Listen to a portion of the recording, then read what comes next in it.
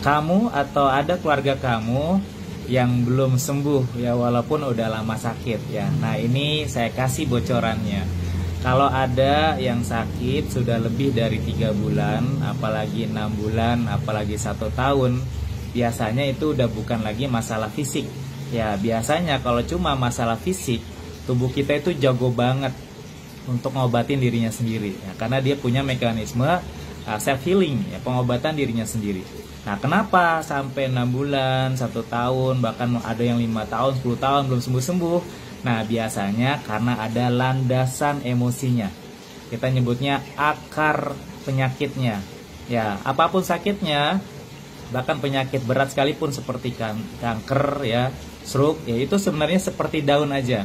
Ya, dia bukan akar, dia daun ya. Tapi kalau akarnya kecabut, maka daunnya kering dan dia langsung rontok.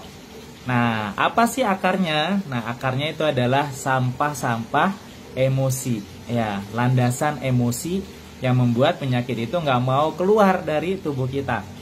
Nih, saya coba bacain ya.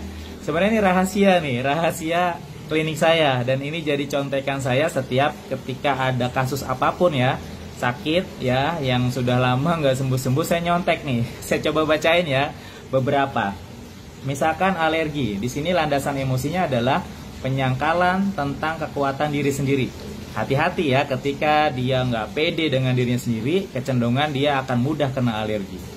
Apa nih yang selanjutnya? Asam urat misalkan ya, dia tidak terima kenyataan, ya nggak suka orang lain sukses, apalagi kalau dia hobinya ngomongin orang, wah itu asam uratnya bisa tinggi sekali. Asma, ketidakmampuan mengekspresikan kesedihan, perasaan tertekan, sehingga paru-parunya juga dia menjadi lebih kecil, sehingga asmanya lebih muncul ya, lebih mudah muncul dan gak gampang sembuh.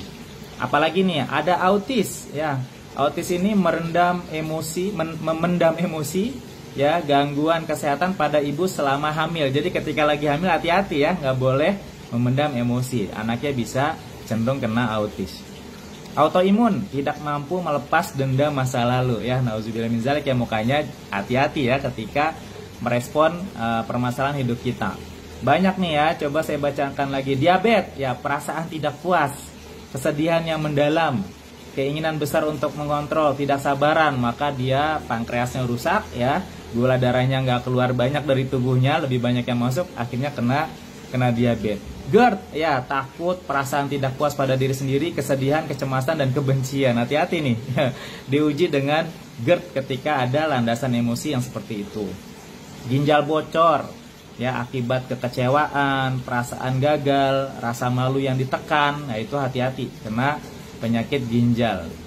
Haid tidak teratur ya, pasti hormonal, itu juga disebabkan oleh stres ya, tidak bisa merespon dengan positif ketika dapat ujian dari orang sekitar. Apalagi nih, banyak nih ya, insomnia ya, penolakan akan proses hidup ya, perasaan bersalah dan takut. Nah, ini hati-hati, jadi nggak bisa tidur ya. Jantung, nih jantung, stroke, sama nih landasan emosinya mirip-mirip, yaitu perasaan kesepian. Makanya nggak boleh ngerasa kesepian ya, walaupun lagi masalah dengan pasangan hidup, yakin kita ditemenin Allah, ya nggak boleh kesepian, karena nanti pengaruhnya ke sakit jantung sama stroke ya.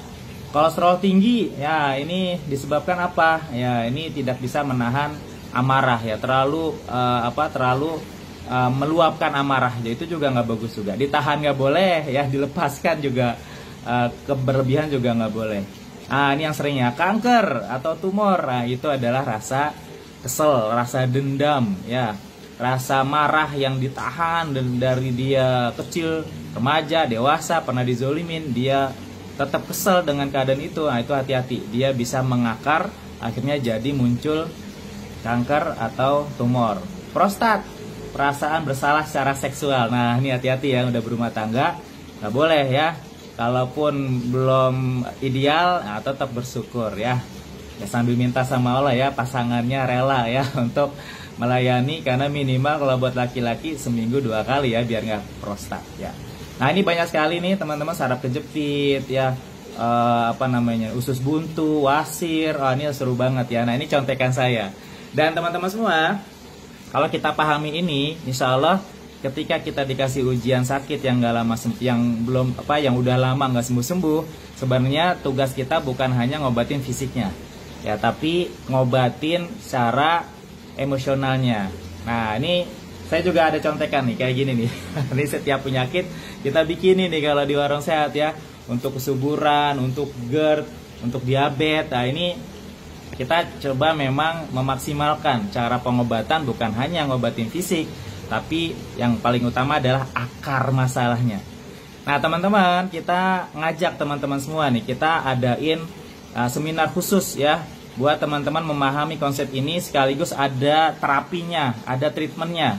Ya, harapannya ketika ikutan seminar ini, teman-teman bisa merilis, ya, melepaskan, mengikhlaskan, ya, membuang sampah-sampah emosi yang ada di diri kita. Nah, dengan itu akar masalahnya keangkat, ya, ibaratnya seperti pohon ya, tadi saya bilang ya, penyakit itu cuma daun.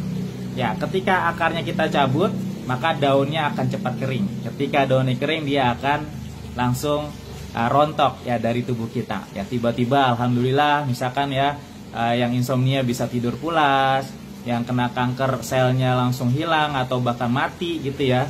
Karena bagi Allah mudah banget ya. Wa iza faritu fahuwa yasfin. Bagi Allah mudah untuk yang ngasih sakit ke kita, dan Allah ngobatin penyakit kita asal akar masalahnya selesai. Karena itu maunya Allah.